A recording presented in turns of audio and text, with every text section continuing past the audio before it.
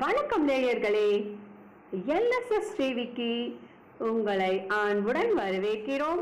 ஆன்மீகம் நிகழ்ச்சியில் 7 ஜென்ம பாவங்களை போக்கும் மகா சிவராத்திரி, அதை பற்றி பார்க்கலாம்.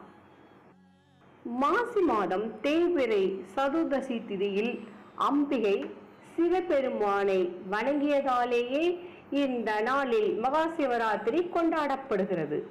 அதன்படி 4/3/2019 திங்கட்கிழமை அன்று அனைத்து சிவாலயங்களிலும் மகா சிவராத்திரி சிறப்பாக கொண்டாட இருக்கின்றது.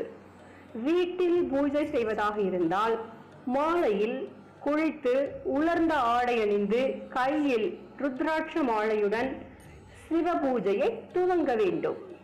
5 எழுத்து மந்திரமான சிவாய நம என்ற சிவ மந்திரத்தை